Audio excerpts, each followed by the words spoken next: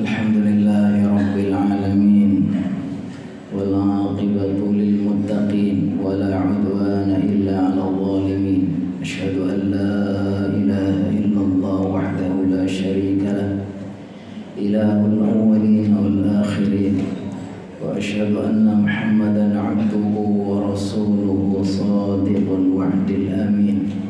Allahumma salli wa sallim wa barik wa an'im ala sayyidil anbiya'i wal mursalin Muhammadin wa ala alihi wa ashabihi wa ansarihi wa junudihi wa man istanna bi sunnatihi ila yaumiddin. Amma ba'du, fa ya ibadallah, usi nafsi wa iyyakum bi taqwallah wa ta'atihi la'allakum turhamun. يقول الله تعالى في كتابه الكريم وهو أصدق القائلين: يا أيها الذين آمنوا اتقوا الله وقولوا قولا سديدا يصلح لكم أعمالكم ويغفر لكم ذنوبكم ومن يطع الله ورسوله فقد فاز فوزا عظيما. ويقول في آية أخرى: ووصى بها إبراهيم بنيه ويعقوب يا بني إن الله اصطفى لكم الدين فلا تموتن إلا وأنتم مسلمون. ويقول صلى الله عليه وسلم: اتق الله حيثما كنت وأتبع السيئة الحسنة تمحها وخالق الناس بخلق حسن. Sadaqallah wa sadaqa rasuluhun nabiyul karim. Kaum muslimin jamaah salat Jumat yang dimuliakan Allah, mari sama-sama kita memanjatkan pujian dan syukur kehadiratnya yang karena limpahan rahmat, taufik dan hidayahnya kembali pada siang yang penuh berkah ini. Allah mudahkan kita semua untuk bersama-sama melangkahkan kaki hadir di rumah Allah yang kita cintai ini untuk bersama-sama bertakarub menunaikan ibadah Jumat. Mudah-mudahan niat kita, langkah kita, hadir kita, semua takarub kita Allah Subhanahu wa taala berkenan menerimanya. Allah balas dengan pahala yang berlipat ganda.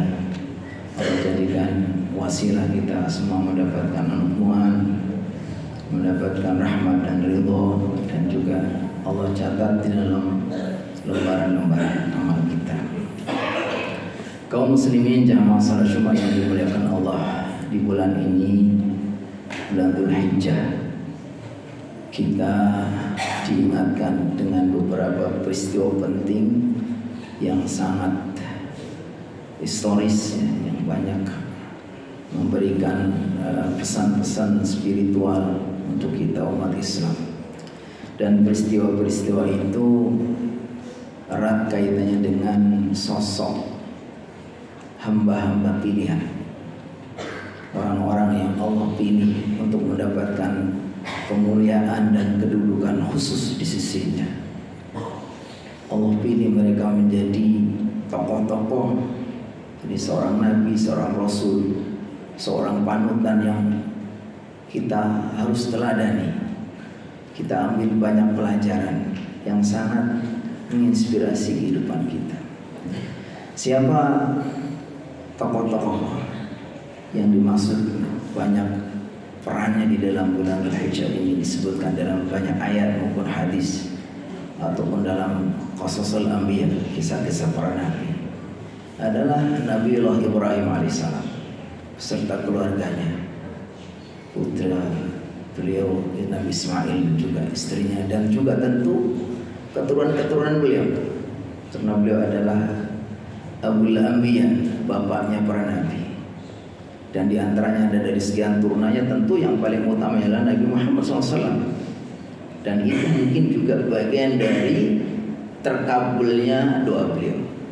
Rabbana wab'ats fihim rasulan minhum yatlu alaihim ayatika wa yuzakkihim wa yu'allimuhumul kitab wal hikmah. Maka para ahli tafsir, para ulama menyebutkan itu adalah Yang dimaksud adalah salah satu dari keturunan beliau yang sudah Allah kabulkan doanya, yaitu terlahirnya Nabi Muhammad SAW. Kaum muslimin jamaah salat Jumat yang dimuliakan Allah.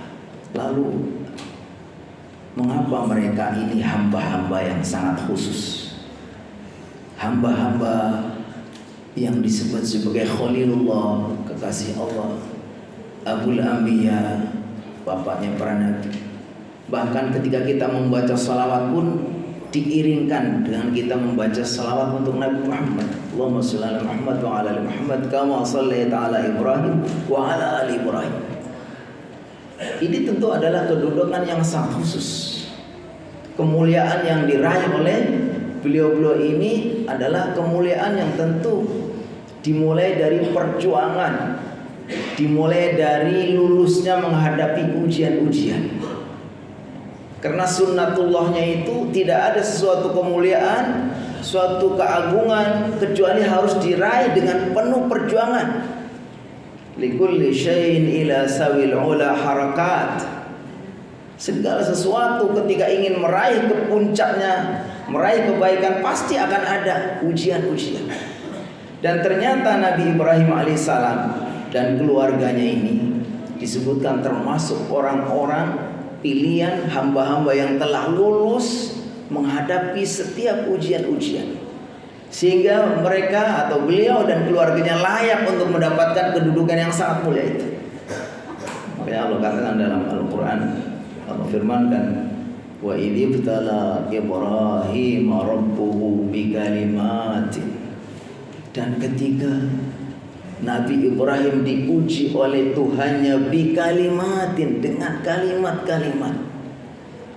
Para ahli ilmu mengatakan kalimat-kalimat ini memang diucapkan mudah, ringan dan pendek kata-katanya, tapi maknanya dan maksudnya itu begitu dalam dan kadang begitu berat, yang tidak semua orang kecuali hamba-hamba pilihan dia belum tentu mampu untuk menghadapi ujian kalimat ini. Kenapa? Karena kalimat ini adalah kalimat perintah atau juga kalimat larangan. Dan ternyata memang dalam syariah Islam ini sebetulnya intinya hanya dua. Mana-mana yang Allah perintahkan, baik itu perintah wajib atau perintah sunnah, yang tentu itu akan membawa kebaikan. Dan mana-mana itu yang dilarang, baik itu larangan haram maupun larangan makruh, yang tentu saja itu kalau dilakukan itu membahayakan. Tapi Nabi Ibrahim disebutkan fa'atammahun.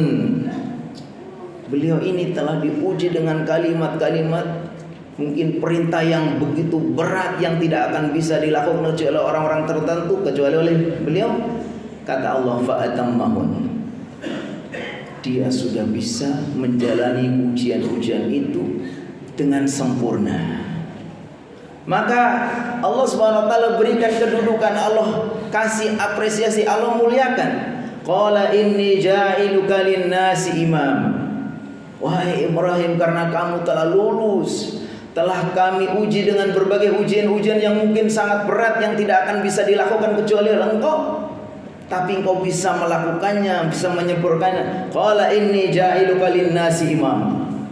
Maka layak engkau sekarang saya jadikan sebagai seorang pemimpin, seorang tokoh, seorang nabi, seorang abul anbiya, yang nanti akan terlahir anak cucunya adalah para nabi juga. Kata Nabi Ibrahim, qala wa min dzurriyyati. Wahai Allah, kiranya jangan hanya saya yang kau muliakan dikasih kedudukan sebagai pemimpin, tapi beliau ingin juga anak cucunya semuanya juga jadi orang-orang hebat. Qala wa min dzurriyyati. Ya Allah, kiranya kedudukan yang mulia ini jangan hanya kau berikan kepada aku, tapi berikan juga kepada anak cucu.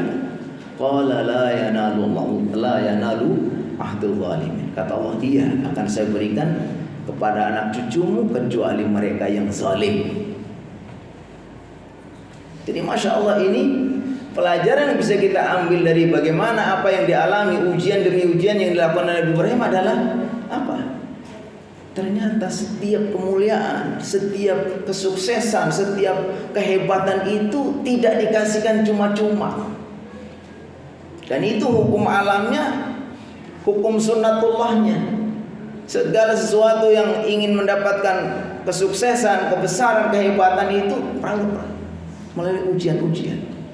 Kata Rasulullah SAW dalam hadis itu apa? Asadun nasi bala'an al-anbiya, thummal amthal fal amthal. Kata beliau, orang-orang yang paling berat ujiannya itu adalah para nabi. Kemudian seterusnya. Artinya kedudukan seseorang, kemuliaan seseorang itu semakin tinggi itu ujian semakin berat. Jadi siapapun, kalau kita ambil pelajaran ya, siapapun yang ingin meraih kemuliaannya jangan tidak siap untuk diuji. Mungkin kita akan menghadapi ujian yang sangat berat sekalipun. Jadi pelajaran yang pertama. Yang kedua, ujian-ujian itu sebetulnya di balik itu ada kesuksesan, ada kebaikan. Kita bayangkan bagaimana ketika Nabi Ibrahim diuji, dia harus meninggalkan tempat tinggalnya di Palestina atau di Syam sekarang ini, lalu pergi ke Bakkah. Bakkah itu disebutkan adalah nama lain dari Mekah, yang dikatakan biwadin ghairi bizar'in 'inda baitikal muharram. Di tempat lembah gersang yang tidak ada air, tidak ada pohon. Tapi Nabi Ibrahim disuruh untuk memulai merintis dakwah tauhid di situ dengan menempatkan anaknya dan istrinya, lalu dia tinggal kembali. Itu ujian yang sangat berat. Bagaimana seorang suami harus meninggalkan istrinya, anaknya yang kita tidak tahu bagaimana di situ kehidupan. Begitu juga untuk keluarganya, betapa istrinya, anaknya. Tapi itu hamba-hamba pilihan. Cara Allah ingin memuliakan itu enggak gratis. Allah uji dulu. Itu pun belum selesai, nanti akan ada ujian yang lebih ekstrim lagi. Lebih ekstrim lagi, bagaimana seorang ayah nanti akan diuji untuk menyembelih putranya. Itu gak akan ada orang. Walaupun Allah itu paling tahu apa sebenarnya, itu hanya ujian pengorbanan, ujian cinta. Gak mungkin Allah itu akan zalim kemudian orang itu akan menyembelih putranya sebenarnya itu. Tapi itu ujian. Ya abati inni ara fil manami anni adbahu fanzur madza tara. Wahai anakku, ayahmu bermimpi, ayahmu agar disuruh menyembelih. Bagaimana pendapat? Tapi ini juga gemblengan didikan kekasih Allah, terlahir dari keluarga pejuang yang siap untuk biasa menghadapi ujian-ujian. Apa kata beliau? Ya abati fa'al ma tu'mar satajiduni insyaallah minas sabirin. Wahai ayahku, lakukanlah apa yang Allah perintahkan untukmu, saya akan sabar. Jadi, dan ternyata itu tidak mungkin Allah SWT zalim dalam artian itu benar-benar terjadi. Allah paling tahu rasanya. Apa perintah-perintah itu ternyata kalau kita ambil hikmah sekarang, Masya Allah. Kita baca sejarah bagaimana dulu Nabi Ibrahim memulai dakwanya 3 orang, beliau, kemudian istrinya, kemudian putranya Ismail. Tapi sekarang Mekah ini sekarang ini menjadi tempat terelit sedunia. Orang itu berbondong-bondong. Siapa yang tidak ingin? Kalau orang itu keimanannya benar, jujur, pasti dia kepingin ke sana. Dan sekarang orang mau pergi haji itu, daftar sekarang mungkin bisa, kalau orang Indonesia bisa 40 tahun yang akan datang. Setiap tahun itu tidak kurang dari 18 juta untuk umrah itu orang.